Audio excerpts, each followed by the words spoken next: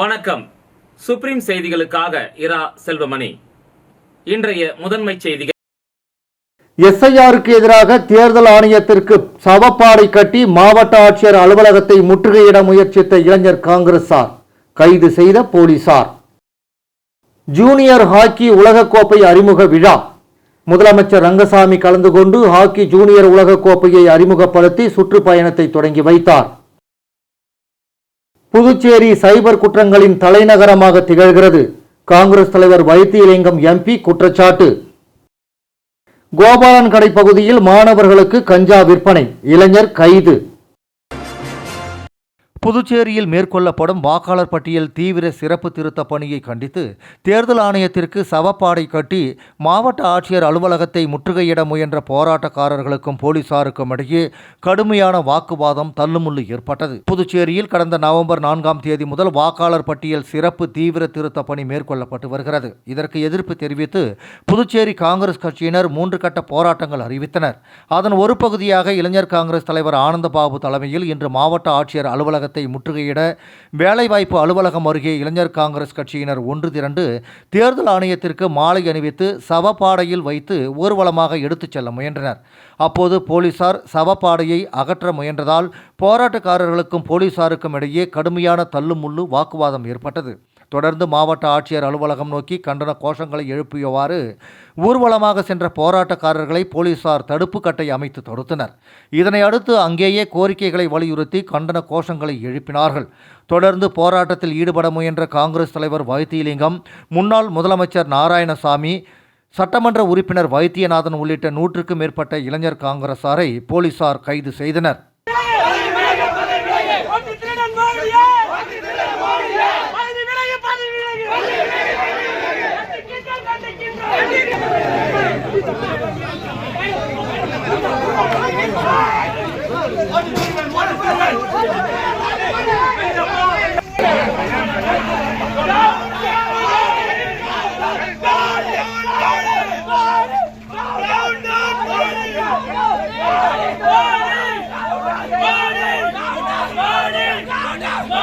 இந்த எஸ்ஐஆரையும் வாக்கு திருட்டையும் கண்டிச்சு இளைஞர் காங்கிரஸ் இன்னைக்கு ஒரு மிகப்பெரிய முற்றுகை போராட்டம் election commission office, district election commission ஆஃபீஸில் வச்சிருக்கோம். ஸோ அதை நோக்கி தான் இன்னைக்கு பயணம் பண்ணோம். போலீஸார் எங்களை தடுத்து நிறுத்தினாங்க.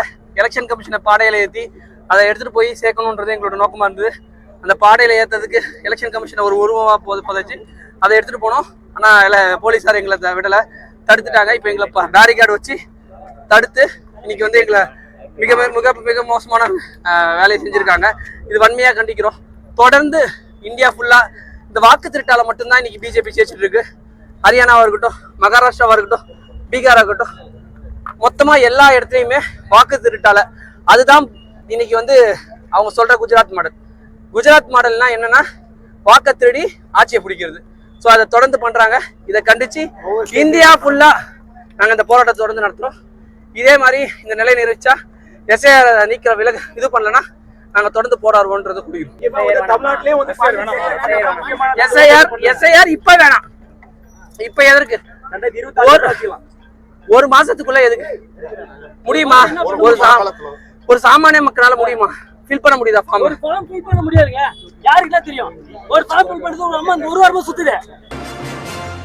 ஹாக்கி விளையாட்டு குறித்து பொதுமக்களுக்கு விழிப்புணர்வை ஏற்படுத்த உலகக்கோப்பை அறிமுக விழா மற்றும் சுற்றுப்பயணம் தொடக்க விழா இன்று காலை அகரம் பகுதியில் உள்ள லட்சுமி நாராயணா மருத்துவமனை மற்றும் கல்லூரி வளாகத்தில் வெகு சிறப்பாக நடைபெற்றது. ஹாக்கி ஜூனியர் உலகக்கோப்பை தமிழகத்தில் சென்னை மற்றும் மதுரையில் நவம்பர் 28ஆம் தேதி முதல் டிசம்பர் 10ஆம் தேதி வரை நடைபெறுகிறது. ஹாக்கி விளையாட்டு குறித்து பொதுமக்களுக்கு விழிப்புணர்வை ஏற்படுத்த உலக கோப்பை அறிமுக விழா மற்றும் சுற்றுப்பயணம் தொடக்க விழா இன்று காலை அகரம் பகுதியில் உள்ள லட்சுமி நாராயணா மருத்துவமனை மற்றும் கல்லூரி வளாகத்தில் ஆசியா ஹாக்கி கூட்டமைப்பு தலைவர் சந்திப்பு ஆனந்த் மற்றும் துணை தலைவர் சுவேதா ஆகியோர் வழிகாட்டுதலின்படி வெகு சிறப்பாக நடைபெற்றது. இதில் முதலமைச்சர் ரங்கசாமி சிறப்பு அழைப்பாளராக கலந்து கொண்டு ஹாக்கி ஜூனியர் உலகக்கோப்பையை அறிமுகப்படுத்தி சுற்றுப்பயணத்தை தொடங்கி வைத்தார். இந்த நிகழ்ச்சியில் நியமன சட்டமன்ற உறுப்பினர்கள் தீபாய்ந்தான் செல்வம், லட்சுமி நாராயணா மருத்துவக் கல்லூரியின் சிஇஓ அன்பு, டீன் பாலகுருநாதன், லீ புதுச்சேரி சங்கத்தின் செயலர் அன்பழகன், மூத்த பயிற்சியாளர் மூர்த்தி, டாக்டர் பழனி ஆகியோர் நிகழ்ச்சியை ஒருங்கிணைத்தனர். நிகழ்ச்சிக்கான ஏற்பாடுகளை புதுச்சேரி ஹாக்கி சங்கத்தின் தலைவர் குமரேசன், பொருளாளர் சந்திரசேகர், நிர்வாக செயலாளர் பழனி, இந்திய விளையாட்டு வீரர் செந்தில்குமார், உடற்கல்வி ஆசிரியர்கள் வரதராஜ், ஆரோக்கியராஜ், சரவணன், மூத்த விளையாட்டு வீரர்கள் அரவிந்தன், சுரேஷ், கமலக்கண்ணன், செல்லமுத்து, கார்த்திகேயன், பயிற்சியாளர்கள் ஹரிகிருஷ்ணன், ஸ்டாலின், ராம், பச்சையப்பன் மற்றும் ஜூனியர் ஹாக்கி விளையாட்டு வீரர்கள் உட்பட பலர் கலந்து கொண்டனர்.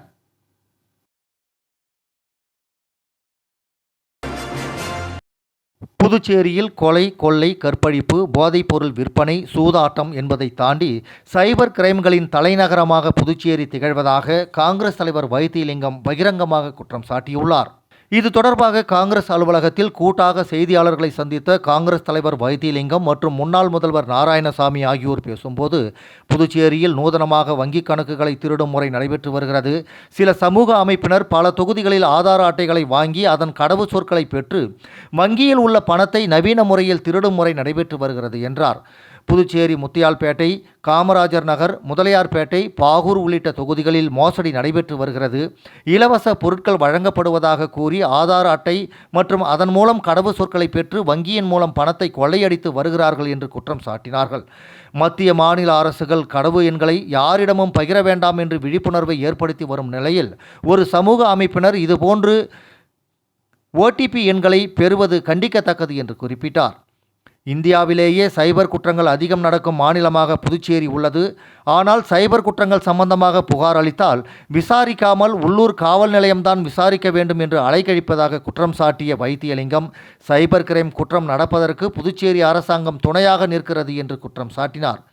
புதுச்சேரியில் கொலை, கொள்ளை, கற்பழிப்பு, சூதாட்டம், போதைப் பொருள் என்பதை தாண்டி சைபர் கிரைம்களின் மையமாக புதுச்சேரி திகழ்கிறது என்று விமர்சித்த வைத்தியலிங்கம், இதற்கு ரங்கசாமியே காரணம் என்றார். இந்த விவகாரத்தில் முதல்வரும் அமைச்சரும் மௌனமாக இருப்பதால் துணைநிலை ஆளுநர் தலையிட்டு உரிய நடவடிக்கை எடுக்க வேண்டும் என வலியுறுத்தினார்.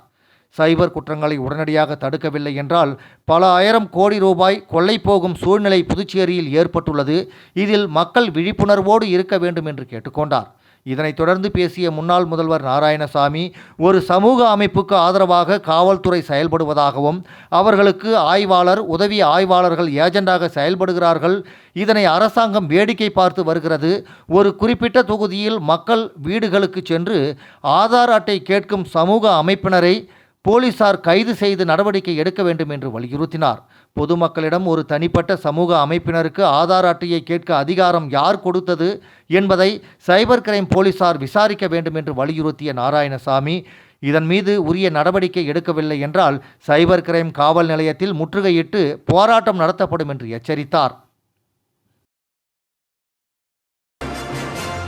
வில்லியனூர் கோபாலன் கடை அருகே குப்பை கிடங்கு பகுதியில் பள்ளி மாணவர்கள் மற்றும் இளைஞர்களுக்கு கஞ்சா விற்பனை செய்த 26 வயதான சுரேஷ் என்பவனை வில்லியனூர் போலீசார் கைது செய்தனர்.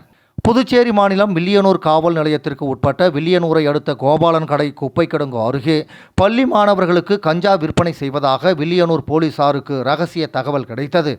கிடைத்த தகவலை அடுத்து அந்த பகுதிக்கு விரைந்து சென்ற போலீசார் பள்ளி மாணவர்களுக்கு கஞ்சா விற்பனை செய்து கொண்டிருந்த இளைஞரை மடக்கி பிடித்து அவரிடமிருந்து 100 கிராம் கஞ்சாவை பறிமுதல் செய்து வில்லியனூர் காவல் நிலையம் அழைத்து வந்து விசாரணை மேற்கொண்டனர். விசாரணையில் கோபாலன் கடை அம்மா நகரை சார்ந்த வேல்முருகனின் மகன் சுரேஷ் என்பதும் தொடர்ந்து பள்ளி மாணவர்கள் மற்றும் இளைஞர்களுக்கு கஞ்சா விற்பனை செய்ததும் தெரிய வந்தது. மேலும் இவர் மீது வில்லியனூர் காவல் நிலையத்தில் கொலை முயற்சி, கொள்ளை, திருட்டு போன்ற பல்வேறு வழக்குகள் நிலுவையில் உள்ளதும் குறிப்பிடத்தக்கது. மேலும் சட்டம் ஒழுங்கு மேற்கு காவல் கண்காணிப்பாளர் சுப்பிரமணியன் உத்தரவின் பேரில் வில்லியனூர் வட்ட ஆய்வாளர் கலைச்செல்வன் மேற்பார்வையில் உதவி ஆய்வாளர் திருமுருகன் கஞ்சா விற்பனை செய்த சுரேஷ் மீது வழக்கு பதிந்து நீதிமன்றத்தில் ஆஜர்படுத்தி காலாப்பட்டு மத்திய சிறையில் அடைத்தனர். புதுச்சேரி சுதந்திர பொன்விழா நகரில் பழுதடைந்த வீடுகளை சரி செய்ய 9 லட்சம் ரூபாய் கூடுதலாக கேட்டு வீட்டு வசதி வாரிய அதிகாரிகள் மிரட்டுவதாகவும் அரசு நடவடிக்கை எடுக்கவில்லை என்றால் குடியிருப்பு ஆவணங்களை அரசிடம் ஒப்படைக்க உள்ளதாகவும் அந்த பகுதி மக்கள் எச்சரித்துள்ளனர். புதுச்சேரி அரசு குடிசை மாற்று வாரியத்தின் மூலம் 45 அடி சாலை சுதந்திர பொன்விழா நகரில் கடந்த 2009ஆம் ஆண்டு 64 குடியிருப்புகள் கட்டி முடிக்கப்பட்டு 2011ஆம் ஆண்டு பயனாளிகளுக்கு ஒரு குடியிருப்பு 10,50,000 ரூபாய் என விற்பனை செய்யப்பட்டது. இந்த குடியிருப்புகள் பயனாளிகளுக்கு ஒப்படைக்கப்பட்டு சுமார் 14 ஆண்டுகளுக்கு மேலாகி உள்ள நிலையில் வீடுகள் பழுதடைந்து வீட்டில் மேல் உள்ள சிமெண்ட் காரைகள் பெயர்ந்து விழுந்து வருகிறது. இந்த நிலையில் நேற்று இரவு ஒரு வீட்டின் முன்பகுதி திடீரென சரிந்து விழுந்ததில் குடியிருப்பு வாசிகள் அதிர்ஷ்டவசமாக உயிர் தப்பினர். சேதமடைந்த வீட்டினை இன்று வைத்தியலிங்கம் MP மற்றும் அமைச்சர் ஜான்குமார் ஆகியோர் நேரில் சென்று பார்வையிட்டு ஆய்வு செய்தனர்.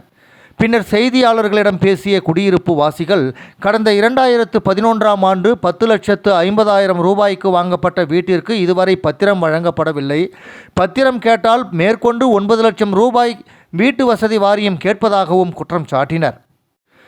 பத்திரம் இல்லாததால் வீட்டை சரி செய்ய முடியாமல் கடுமையான இன்னலுக்கு ஆளாகி உள்ளதாகவும் வீடு தொடர்ந்து பழுதாகி வருவதால் தினம் தினம் என்ன நடக்குமோ என்று பயத்துடன் வாழ்ந்து வருவதாகவும் அச்சம் தெரிவித்தனர்.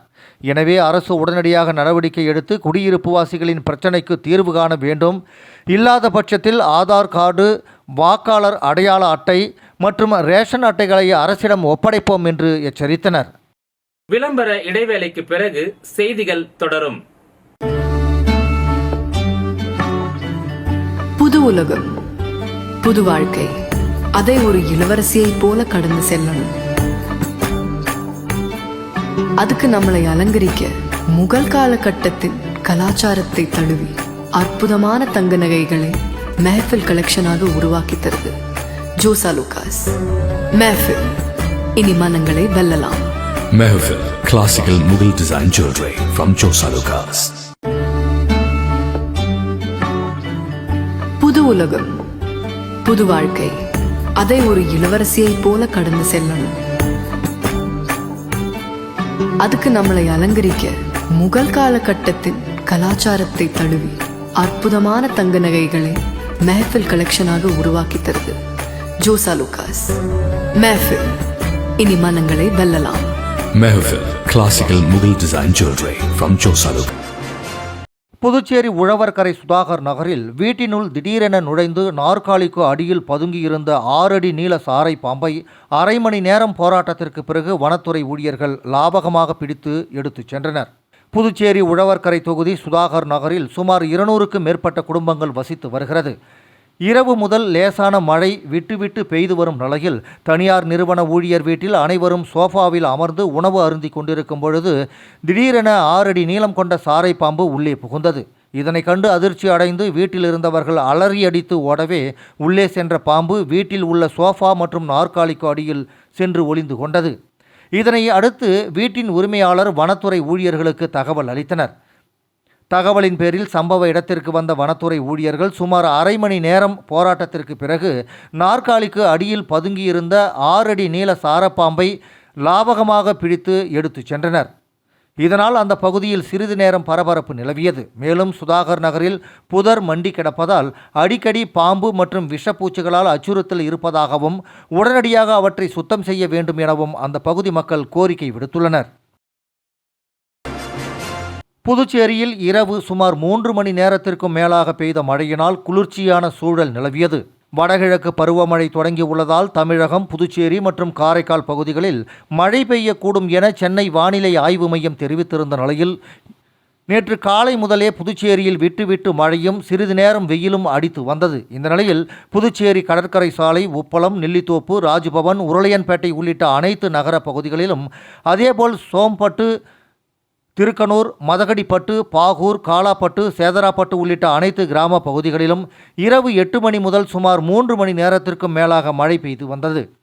இந்த மழையின் காரணமாக பணி முடிந்து வீடு திரும்பியவர்கள் மற்றும் சுற்றுலா பயணிகள் சிரமத்திற்குள்ளாகினர். மேலும் மழையால் புதுச்சேரியில் குளிர்ச்சியான சூழல் நிலவி வருகிறது. புதுச்சேரி மதகடிப்பட்டில் அமைந்துள்ள ஸ்ரீ மணக்குள விநாயகர் மருத்துவக் கல்லூரி மற்றும் மருத்துவமனை ஆய்வு மற்றும் புதுமைகளை ஊக்குவிக்கும் வகையில் நடத்தும் ஆராய்ச்சி வார விழா ஒருங்கிணைத்த மருத்துவ ஆராய்ச்சித்துறை சார்பில் நடைபெற்றது. புதுச்சேரி மதகடிப்பட்டில் அமைந்துள்ள ஸ்ரீ மணக்குள விநாயகர் மருத்துவக் கல்லூரி மற்றும் மருத்துவமனை ஆய்வு மற்றும் புதுமைகளை ஊக்குவிக்கும் வகையில் நடத்தும் ஆராய்ச்சி வார விழா ஒருங்கிணைத்த மருத்துவ ஆராய்ச்சி துறை சார்பாக நடைபெற்றது. இந்த ஆண்டு விழாவின் சிறப்பு அம்சமாக 2011ஆம் ஆண்டின் அமைதிக்கான நோபல் பரிசு பெற்ற திருமதி மாண்பை லேமா கோபோவி, புகழ்பெற்ற அமைதி போராட்ட செயற்பாட்டாளர் மற்றும் ஆப்பிரிக்காவில் அமைதி அறக்கட்டளை நிறுவனர் மற்றும் தலைவராகிய திருமதி மாண்பை லேமா ஆர் கோபாவி அவர்கள் தலைமை விருந்தினராக பங்கேற்றனர். உலக அளவில் பெண்கள் முன்னேற்றம் மற்றும் அமைதிக்கான போராட்டத்திற்கு அர்ப்பணித்த பணிக்காக பெரிதும் பாராட்டப்படுகின்றார். அவரது உரை மாணவர்களுக்கும் ஆராய்ச்சியாளர்களுக்கும் சமூக நலனுடன் கூடிய புதுமைகளை நோக்கி செல்லும் ஊக்கத்தை அளிக்கும் விதமாக வழங்கப்பட்டது. இவ்விழாவில் தக்ஷஷீலா பல்கலைக்கழகத்தின் வேந்தரும் ஸ்ரீ மணக்குள விநாயகர் கல்வி அறக்கட்டளையின் தலைவரும் மற்றும் நிர்வாக இயக்குனருமான எம் தனசேகரன் அவர்கள் ஸ்ரீ மணக்குள விநாயகர் மருத்துவக் கல்லூரி மற்றும் மருத்துவமனையில் நடைபெற்ற ஆராய்ச்சி வார தொடக்க விழாவில் ஆப்பிரிக்க பெண்மணி மற்றும் நோபல் அமைதி பரிசு பெற்ற திருமதி மாண்பை லேமா கோபாவி சிறப்பு விருந்தினராக வந்திருந்தார் என்பதையும் இந்த நிறுவனத்திற்கு பெருமை சேர்த்ததற்காக அவருக்கு மனமார்ந்த நன்றியை தெரிவித்தார்.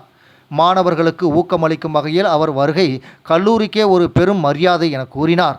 மருத்துவ கல்வியல் ஆராய்ச்சி குறைவாக இருந்த நிலையிலிருந்து இப்போது மாணவர்கள் ஆர்வத்துடன் ஆராய்ச்சியில் முன்னேறி வருவது மகிழ்ச்சிகரமான மாற்றம் எனவும் அவர் தெரிவித்தார். சமீபத்தில் நடைபெற்ற ஹாக்கத்தான் போட்டியில் வெற்றி பெற்ற மாணவர்களுக்கு புதுமையான எண்ணங்களை அவர் பாராட்டினார். இந்த ஆராய்ச்சி வாரம் கல்லூரியின் பயணத்தில் முக்கியமான தொடக்கமாக விளங்கும் என்றும் திருமதி மாண்பை லேமா கோபோவின் வருகை மாணவர்களுக்கு பெரும் ஊக்கமாக இருக்கும் என்றும் அவர் நம்பிக்கை தெரிவித்தார். தோல்விகள் இருந்தாலும் அதை தாண்டி மனிதகுல சேவைக்காக ஆராய்ச்சி செய்ய வேண்டும் என்று மாணவர்களுக்கு அவர் அறிவுறுத்தினார். மற்றும் செயலாளர் டாக்டர் நாராயணசாமி கேசவன், பொருளாளர் ராஜராஜன், இணை செயலாளர் வேலாயுதம் ஆகியோரின் தலைமையில் நடைபெற்றது. மேலும் தக்ஷஷீலா பல்கலைக்கழகத்தின் துணைவேந்தர் விவேக் இந்தர் கோச்சர், ஸ்ரீ மணக்குள விநாயகர் மருத்துவக் கல்லூரி மற்றும் மருத்துவமனை இயக்குனர் டாக்டர் RN காக்னே, டீன் கல்வி டாக்டர் K கார்த்திகேயன், டீன் ஆராய்ச்சி டாக்டர் சஞ்சய், மருத்துவ கண்காணிப்பாளர் டாக்டர் M பிரகாஷ், துணை மருத்துவ கண்காணிப்பாளர் டாக்டர் S கிரிஜா மற்றும் துணை டீன் கல்வி டாக்டர் சௌந்தர்யா ஆகியோரின் ஒருங்கிணைப்பில் இந்த நிகழ்ச்சி மாணவர்களுக்கு ஊக்கமளிக்கும் வகையில் சிறப்பாக நடைபெற்றது. மாணவர்களுக்கு மட்டுமல்லாமல் பேராசிரியர்களின் அறிவியல் ஆர்வத்தை கூட்டும் நோக்கில் ஒரு வாரத்திற்கு நடைபெறும் இந்த விழாவில் ஆராய்ச்சி கட்டுரை, போஸ்டர் வெளியீடுகள், தலைப்பு சார்ந்த பயிற்சி வகுப்புகள் மற்றும் பல்துறை நிபுணர்களின் சொற்பொழிவுகள் இடம்பெற்றுள்ளன. புதுச்சேரி அரசு எழுதுபொருள் மற்றும் அச்சுத்துறையின் சார்பில் தயாரிக்கப்பட்டுள்ள அரசு தொலைபேசி கையேட்டினை முதலமைச்சர் ரங்கசாமி புதுச்சேரி சட்டப்பேரவையில் முதலமைச்சர் அலுவலகத்தில் நேற்று வெளியிட்டார். புதுச்சேரி அரசு எழுதுபொருள் மற்றும் அச்சுத்துறையின் சார்பில் தயாரிக்கப்பட்டுள்ள அரசு தொலைபேசி கையேட்டினை முதலமைச்சர் ரங்கசாமி புதுச்சேரி சட்டப்பேரவையில் முதலமைச்சர் அலுவலகத்தில் நேற்று வெளியிட்டார். சட்டப்பேரவைத் தலைவர் செல்வம், பொதுப்பணித்துறை அமைச்சர் லட்சுமி நாராயணன், சட்டமன்ற உறுப்பினர்கள் தீபாஞ்சான், ராஜசேகரன் ஆகியோர் அதனை பெற்றுக்கொண்டனர். எழுதுபொருள் மற்றும் அச்சுத்துறை அதிகாரிகள் இந்த நிகழ்ச்சியின் போது உடனிருந்தனர். புதுச்சேரி கணபதி செட்டிக்குளம் அரசு தொடக்க பள்ளியில் அறிவியல் கண்காட்சி நேற்று கோலாகலமாக கொண்டாடப்பட்டது. புதுவை கணபதி செட்டிக்குளம் அரசு தொடக்க பள்ளியில் அறிவியல் கண்காட்சி நேற்று கோலாகலமாக கொண்டாடப்பட்டது. அறிவியல் கண்காட்சியை வட்டம் பள்ளி துணை ஆய்வாளர் திருமதி அனிதா அவர்கள் குத்துவிளக்கு ஏற்றி துவக்கி வைத்து தலைமை உரையாற்றினார். அறிவியல் கண்காட்சியில் LKG முதல் 5ஆம் வகுப்பு வரை பயிலும் மாணவர்கள் கொண்டு வந்த 100க்கும் மேற்பட்ட அறிவியல் படைப்புகளை பள்ளி துணை ஆய்வாளர் அவர்கள் பார்வையிட்டு அவற்றின் செயல்பாட்டுக்கு அடிப்படையாக விளங்கும் அறிவியல் விதியை பற்றி மாணவர்களிடம் கலந்துரையாடினார். கண்காட்சியில் ஆசிரியர்களின் தனித்திறனை வெளிப்படுத்தும் வகையில் 5 மாதிரிகள் மற்றும் அதன் கருப்பொருட்கள் பொதுமக்கள் கண்டுகளிக்கும் வகையில் மிக சிறப்பாக அமைக்கப்பட்டிருந்தது. இதனை கண்டுகளித்த பள்ளி துணை ஆய்வாளர் அவர்கள் புதுமையான முயற்சி என்று ஆசிரியர்களை பாராட்டினார். அறிவியல் கண்காட்சியில் பெற்றோரின் பங்களிப்பாக உணவு திருவிழாவிற்கு ஏற்பாடு செய்யப்பட்டிருந்தது. இதில் சத்துள்ள சிறுதானிய உணவுகள் மற்றும் காய்கறிகள், பழங்கள் மிக சுவையாக படைக்கப்பட்டிருந்தன. இதில் பங்கேற்ற அனைத்து பெற்றோர்களுக்கும் பள்ளி துணை ஆய்வாளர் அவர்கள் பாராட்டி பரிசுகளை வழங்கினார். மேலும் இந்த மாதிரியான சத்துள்ள உணவுகளை மாணவர்கள் உட்கொள்ள பழக வேண்டும் என்றும் அறிவுறுத்தினார். பள்ளி தலைமை ஆசிரியர் திருமதி முனியம்மாள் பள்ளி துணை ஆய்வாளர் அவர்களை வரவேற்று சிறப்புரையாற்றினார்.